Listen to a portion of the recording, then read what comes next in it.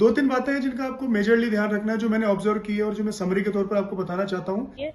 और फिर जाके खुद का बैकलॉग कवर करना चाहिए। हमें ज्यादा प्रायोरिटी तो रिवीजन को ही देनी चाहिए। 8 घंटे एटलीस्ट पढ़ो।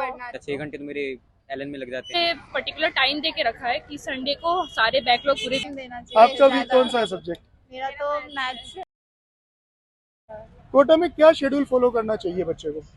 जो आज पढ़ाया है उसको एक बार रिवाइज करना चाहिए। हाँ। और फिर जाके खुद का बैकलॉग कवर करना चाहिए। और हाँ। फिर जाके वही रिवीजन वगैरह डीपीपी प्रैक्टिस डेली करना चाहिए। तो डेली डेली का काम करना चाहिए। कितना स्टडी करना चाहिए एक दिन में, मतलब कि सेल्फ स्टडी के लिए कितना टाइम निकालना चाहिए बच्चे को? 4 to 5 hours। 4 to 5 hours enough है? 5 to 6। 8 घंटे एटलीस्ट पढ़ो।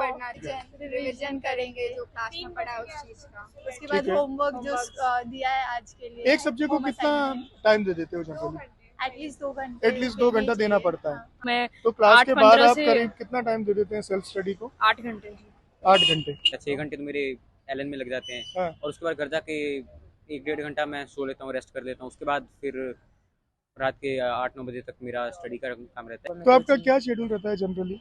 जैसे अभी क्लास खत्म हो गई तो खाना वाना खा के मतलब 5 हाँ। बजे से बैठेंगे रात को 12 बजे तक। तो यार खाना तो अभी खा लोगे, उसके बाद 5 बजे से क्यों बैठोगे? अभी रेस्ट वेस्ट कर लेते हैं लोग। सो जाते हो थोड़ा? हाँ, फिर मतलब रात में दिक्कत नहीं होता ना। सुबह रात उठने में लेट नाइट पढ़ते हो आप? हाँ, सुबह में फिर उठने में दिक्कत नहीं होता। ठीक है, ठीक। कोचिंग छोड़ के मेरे हिसाब से 7 से 8 घंटा और एक्स्ट्रा स्टडी तो करना लगभग चाहिए। एक सब्जेक्ट का 2.5-3 घंटे करीब पड़ जाता है हाँ। ना? इतना तो कम से कम देना ही है। हाँ, देना पड़ने का। और हम उठ के सीधे क्लास जाते हैं।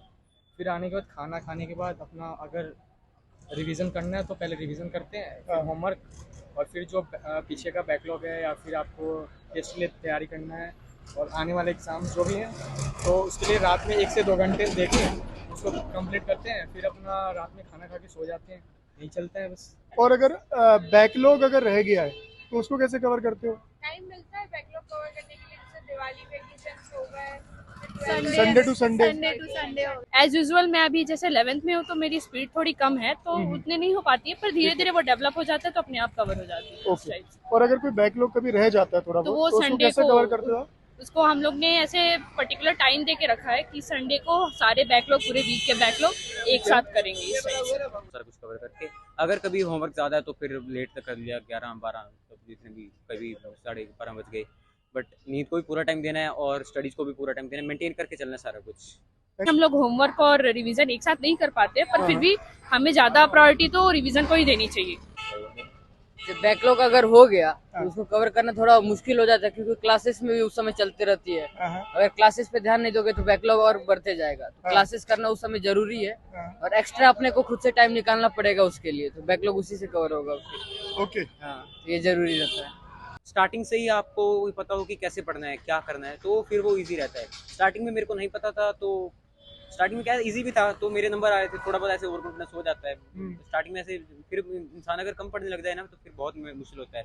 मुझे मुश्किल हुई, लेकिन अब मैं मेंटेन कर रहा हूँ तो अभी सही चल रहा है। सब्जेक्ट में तो एक्स्ट्रा टाइम देना चाहिए। आपका भी कौन सा है सब्जेक्ट? मेरा तो मैथ्स है। और आपका? मेरा भी मैथ्स। और आपका? मेरे को 3-4 महीने हो गए तो मेरे को पढ़ने का तरीका आ गया। स्टार्टिंग में क्या था कि पता नहीं था कि कहाँ से पढ़ना है। हाँ। अब पता है कि ये चीज़ एनसीईआरटी से सही होगी, ये कोई ऑनलाइन वीडियोस देख लो उससे सही होगी, हाँ। ये वाला जो हमारी क्लास के जो टीचर्स हैं उनसे पूछो, ये उससे सही होगी। तो वो अभी एक्सपीरियंस हो गया कि यहाँ से मतलब कि सही जो है हमें मिलेगा। तो जैसे आपने देखा है इन वीडियोस में कि बच्चों ने अपने शेड्यूल्स यहाँ शेयर किए हैं, और शेड्यूल में हमें कुछ बातों का सिंपल ध्यान रखना है। आपको बस कोटा में ना कुछ शेड्यूल ठीक से फॉलो करना है तो आपका काम हो जाएगा। दो तीन बातें हैं जिनका आपको मेजरली ध्यान रखना है, जो मैंने ऑब्जर्व की है और जो मैं समरी के तौर पर आपको बताना चाहता हूँ। एक तो जो भी शेड्यूल आपका बना हुआ है उसको रिलीजियसली फॉलो करो। ऐसा नहीं है कि एक दिन कर लिया एक दिन नहीं किया। 8 घंटे तो सेल्फ स्टडी चाहिए ही चाहिए। दूसरा, हमें क्या करना है कि जो भी बैकलॉग है उसको कवर करके चलो, कभी बैकलॉग को ज्यादा लंबे समय तक मत खींचो। और तीसरा जो सबसे इंपॉर्टेंट पॉइंट है वो ये है कि जो भी सब्जेक्ट वीक है उस सब्जेक्ट को ज्यादा पढ़ना है, ऐसा नहीं करना है कि उसको कम पढ़ना है। बस इतना कर लोगे तो कोटा में आपका काम हो जाएगा। Thank you.